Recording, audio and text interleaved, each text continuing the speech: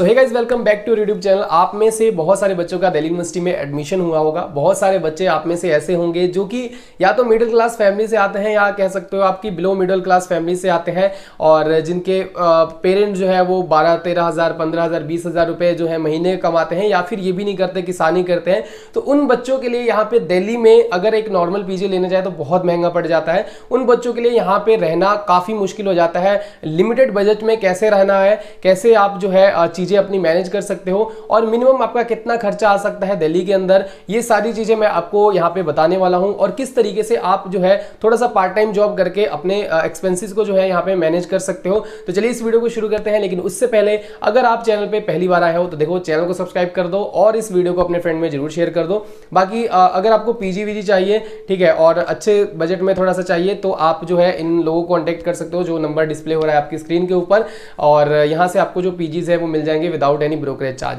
तो अब हम बात करते हैं कि आप लिमिटेड बजट के अंदर मान कर चलिए कि अगर आपका बजट है कि आप 6,000 रुपए ही स्पेंड कर सकते हो तो कैसे आप दिल्ली में रह सकते हो 6,000 के अंदर। बिकॉज यार अगर ऐसे नॉर्मली देखा जाए तो आपको जो है एक जो कमरा पड़ता है वो 5,000 रुपए 4,000 रुपए तक का मिनिमम पड़ता है। उसके बाद खाने का खर्चा है, तो 6,000 के अंदर रह पाना थोड़ा सा मुश्किल है। लेकिन कुछ ट्रिक्स होती हैं, कुछ तरीके हैं जिसके थ्रू जो है आप इतने बजट में भी काफी अच्छे तरीके से रह सकते हो। सो देखो, जब मैं दिल्ली आया था तो मैं अगर अपनी बात करूं तो I am also from a middle class family. So मेरे भी उतना ज़्यादा जो है बजट नहीं था। मेरे को घर से 4,000 रुपये मिलते थे और उसी 4,000 रुपये में मैंने अपना पूरा फर्स्ट ईयर निकाला था। तो आपको जो भी है मैनेज करना आपको आना चाहिए। तो इसके लिए देखो सबसे पहली इंपॉर्टेंट चीज़ है कि आपको कभी भी पीजी नहीं लेना होगा। अगर आपने पीजी लिया तो पीजी बहुत महंगा पड़ जाएगा आपको, ठीक है। तो आप जो है कोशिश कीजिए कि एक रूम लीजिए या फिर एक फ्लैट लीजिए जिसमें आपको जो है अपने दोस्तों के साथ मिलकर वो फ्लैट या वो रूम जो है वो लेना होगा। अब आप में से बच्चों को डाउट होगा कि हाँ यार दोस्त कहाँ से मिल जाएंगे, दिल्ली में अकेले जा रहे हैं। दोस्त बन जाते हैं, कोई दिक्कत नहीं है। और मैं अपने लेवल पे कोशिश करता हूँ कि कुछ ग्रुप जो है वो क्रिएट किया जाए ताकि आप लोगों की हेल्प हो सके, आप लोगों को मैं आपस में कनेक्ट कर सकूँ जो कॉलेजेस के बच्चे हैं, ताकि आप लोग मिलकर एक रूम ले सको, ठीक है।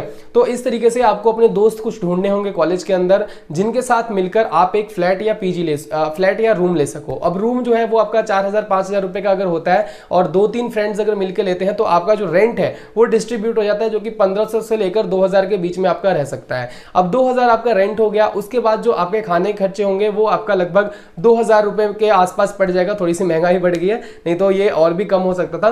2,000 रुपए जो है आपका खाने पीने का खर्चा हो जाएगा अगर आप खुद से खाना बनाना सीख लेते हो, क्योंकि यार मोस्टली बच्चों को नहीं आता है और यहाँ पे आपको आकर सीखना पड़ता है। तो अगर खुद से खाना बनाओगे तो सिर्फ आपका राशन का खर्चा आएगा। अगर मेड रखोगे तो फिर मेड को भी आपको 1300-1400 रुपए देने पड़ेंगे।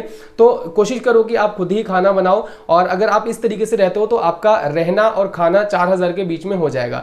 उसके बाद से जो बाकी आपके, अगर आप छोटे मोटे खर्चे करना चाहते हो, बाहर कुछ खाना हो गया या कहीं ट्रैवल करना हो गया, तो उसके लिए आप अपने पॉकेट मनी में जो है 2,000 रुपए रख सकते हो। अगर आपका बजट 5,000 रुपए में भी है तो इस मेथड के थ्रू अगर आप चलते हो तो आप इजिली दिल्ली में रहकर 5,000 के अंदर रहकर आप अपनी पढ़ाई कंटिन्यू कर सकते हो। और इसको जो है मैनेज करना यार कोई मुश्किल काम नहीं है। आपको बहुत सारी ट्यूशंस मिल जाएंगी यहाँ पे, जिसको जो है आप 1 घंटे अगर किसी बच्चे को क्लास देते हो, किसी 9-10 के बच्चे को, तो आपको 5 से लेकर 6,000 रुपए मिल जाता है होम ट्यूशन का।